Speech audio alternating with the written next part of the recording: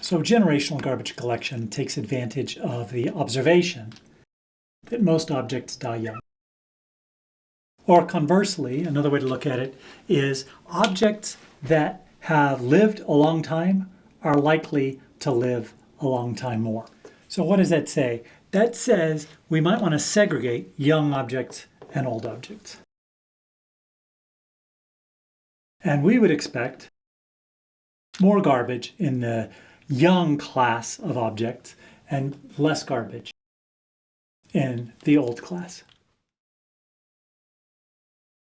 We're going to go ahead and garbage collect these more often and independently from the old ones. Okay. How do you tell how old something is? Well, if we looked at that copying case, you could just see how many garbage collection cycles has it stayed alive. Okay. How many copies from the from space to the to space and the to space back to the from space has it actually managed to live through? Okay, once you reach some set of those, then you can say, oh, that's old. I'm going to store it somewhere differently.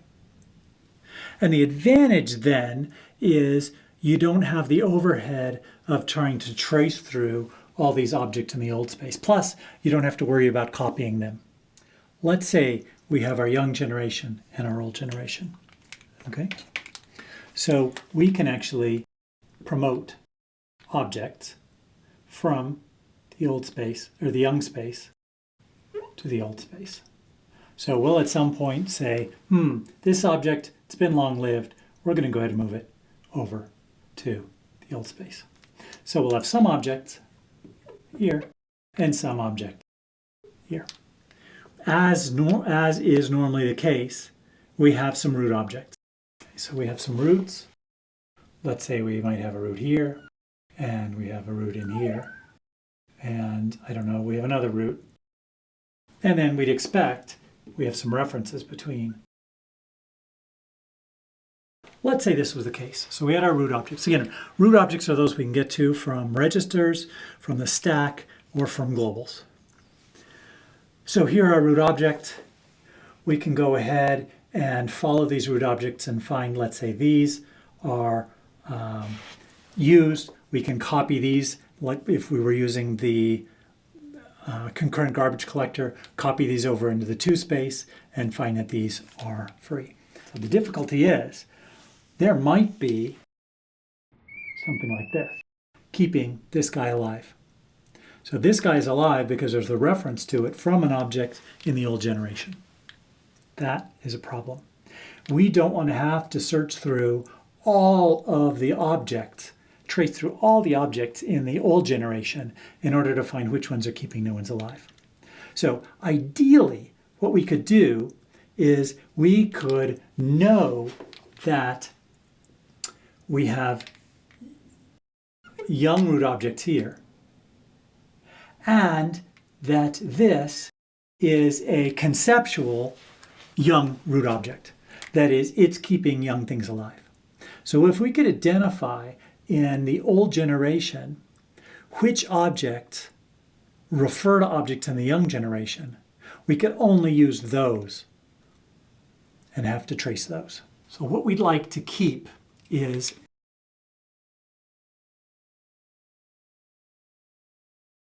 we want to keep a list of old objects that point to young objects.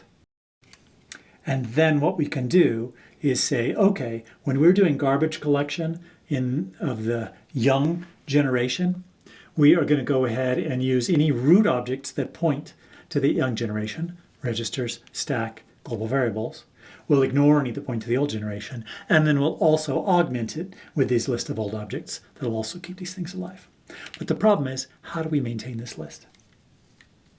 One way we could do it is every time we make a modification to an object, we could check and see, one, is it an old object?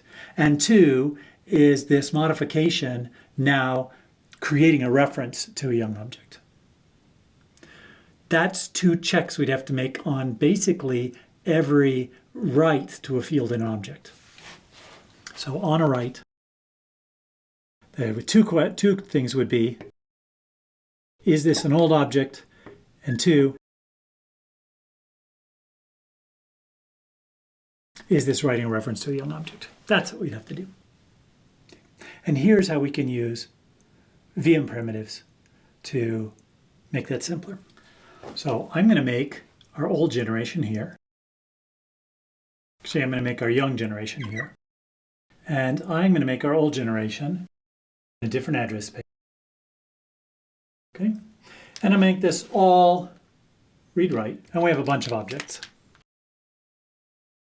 And I have...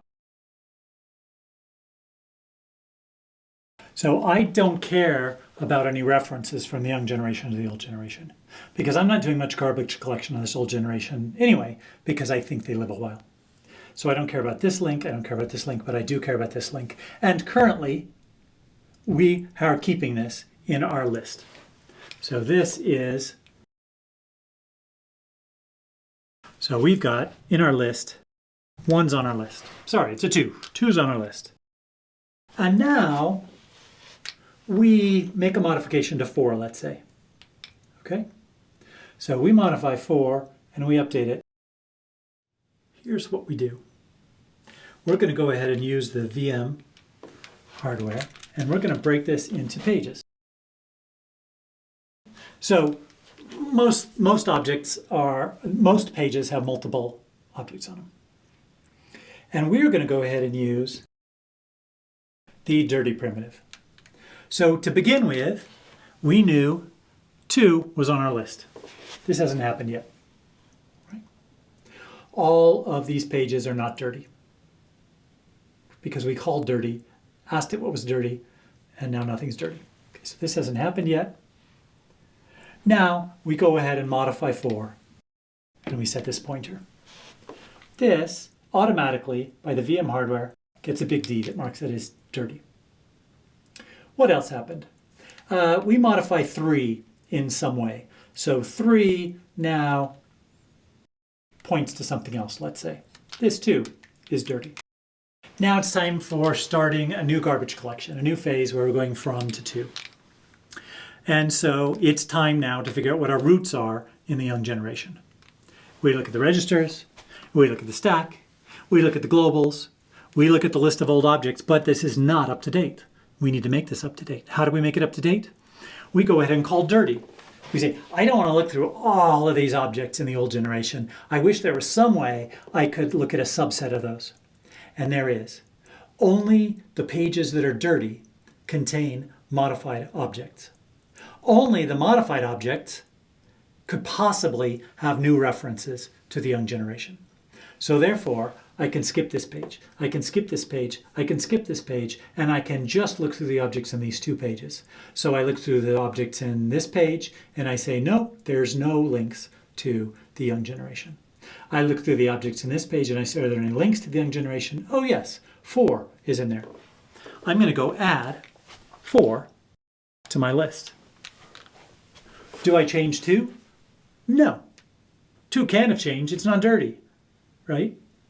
So now these are my 2 augmented roots that try and keep things alive in the young generation. Registers, stack, and globals, plus this pointer and this pointer. And then I can go ahead and start doing garbage collection on the young generation. And in fact, I may still be using the VM primitives for concurrent garbage collection looked at before in terms of optimizing this from space and to space, but I'm just doing it for the young generation. So what do we see? We see that the VM primitives can improve the speed of the generational garbage collection, because what they can do is find more easily the objects that have a reference to the young generation. That is, find the changes to the object, right, from the last time. So allow us to maintain this list incrementally. So from the last time we created this list, we can now say which of these are dirty. By the way, once we've updated the list, we clear the dirty bits, and we're ready for the next time we need to make this list up to date. By the way, the generational garbage collection is very popular. If you look at the JVM, for instance, you'll see the way garbage collection works there are 101 different flags you can use, and part of them include things like, how long does it take before someone moves into this older generation?